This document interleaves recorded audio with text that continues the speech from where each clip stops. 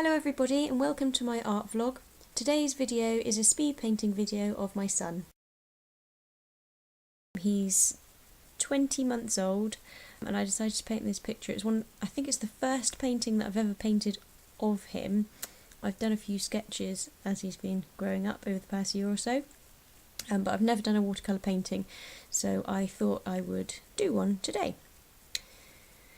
So here I am, here's how I started. I measured out, I never do this, I never measure a piece to fit a frame, so I thought this time I'm going to make sure that the paper fits the frame that I've got in mind, and we will definitely put it on our wall.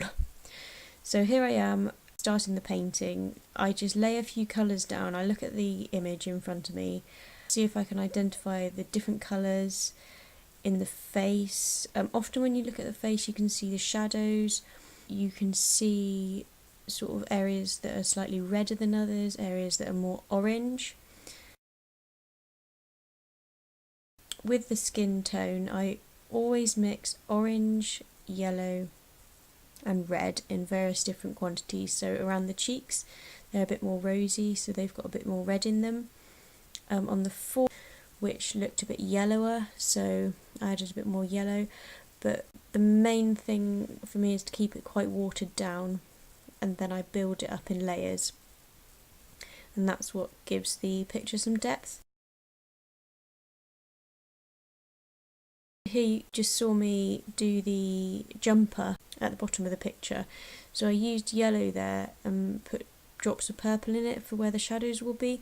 Now that's just the first layer, the very first layer. His jumper is actually brown, so I'm going to build that up and build that up, but having a base layer of yellow gives it a bit of depth, it makes it not so flat.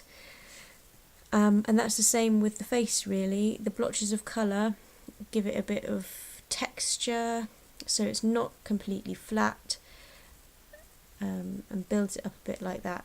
And it also really helps to be able to build it up, because if you go in there straight away and try and put the shadows in and try and put the different colours in, it can, well, I find that it can go horribly wrong.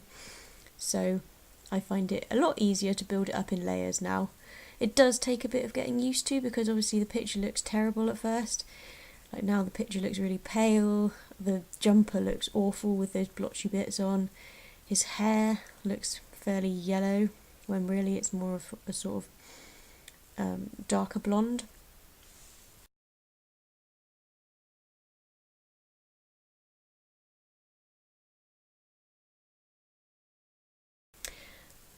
I never use black in my paintings, so the shadows that you can see there are created using purple mainly. You can see me mixing in the top right hand corner of the screen there, and Payne's grey. I used more Payne's grey towards the end when I was doing darker shadows and making the eyes a bit darker, because I wanted to build it up layer by layer lightly at first. So I used purple. I also mixed it with green because that's almost opposite on the colour wheel, and if you mix colours that are opposite each other on the colour wheel, then that can create shadows, or a colour that you can use for shadows, and it's not as harsh as black, because if you really study things, they're not really black. So that is one colour that I never touch anymore in my watercolour pans. So here I'm adding the shadows around the neck. He's got a chubby little neck, so there's quite a few lines there. I found in this painting the hardest thing for me to do was the hair, because his hair is quite highlighted, so the dark bits, the paler hairs overlap the darker hair underneath, so it's quite hard to leave out sections. So I'm not sure I did it perfectly either, but I tried to put the dark bits in and leave out the paler bits, and then at the end I sort of went over with the right colour.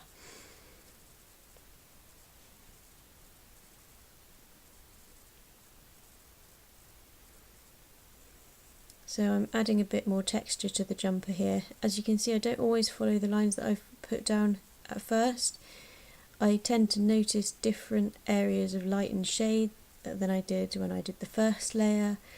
Oh, I didn't realise I got my head in the way there. Sorry about that. Then I'm adding a bit more darkness to the corners of his mouth and his little eyebrows there.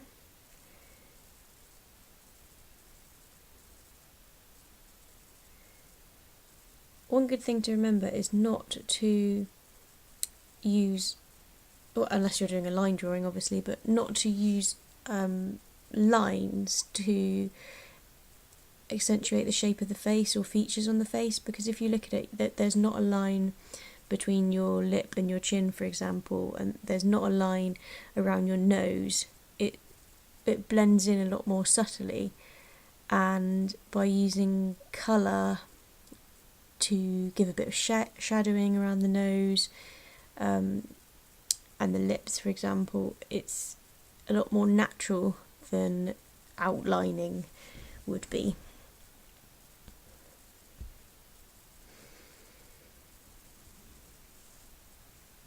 I'm always really nervous about doing the eyes with a little brush, because the eyes, I think, the eyes and the features obviously are the bit which make a person look like who they are. So when I'm outlining the eyes, a tiny little slip this way or that can mean the difference between the person looking like them and looking like someone completely different.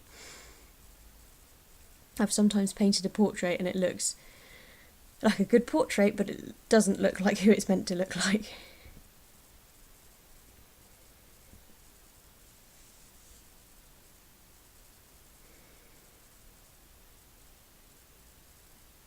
So I'm just darkening down the hair a bit, as you can see, but doing lines rather than blocks of colour, because it gives the impression of hair, of individual hair. Obviously you can't paint every single stroke of hair, and I do darken this down a bit later on as well. Now I'm painting the background. The background in the photo wasn't great, so I wanted to do a different background that would bring the image out a bit more, because his face is quite pale compared to the page as well, so I wanted him to stand out, and I really like the way the blue and yellow works together, and there was blue in the shadows, so that sort of brings it all together as well. And I like the cloud effect, something that I haven't done before, but I really like it. There I am darkening down bits of the hair again. As you can see that I keep coming back to it because I'm not quite happy with the hair. I think by the end of it I've managed to get it right. And there's the eyes going in. Again, it's not black. That's just that mixture's got a bit more Payne's grey in it.